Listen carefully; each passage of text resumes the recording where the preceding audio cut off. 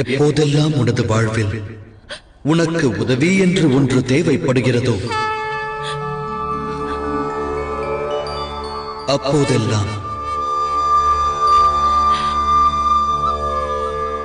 உன்னுடைய மித்திரனான நான் வாசுதேவ கிருஷ்ணன் உனக்கு உதவ தோன்றுவேன்.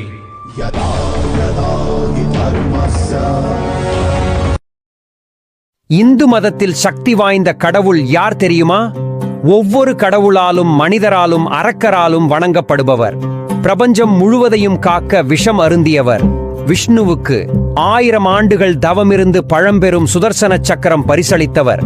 தன் பக்தர்கள் அனைவரையும் சமமாக கருதி அவர்கள் கேட்பதையெல்லாம் வழங்குபவர். அவர் இந்து மதத்தின் முக்கிய தெய்வங்களில் ஒருவராக இருக்கிறார். மேலும் அவர் காலத்தை கட்டுப்படுத்துபவர் என்று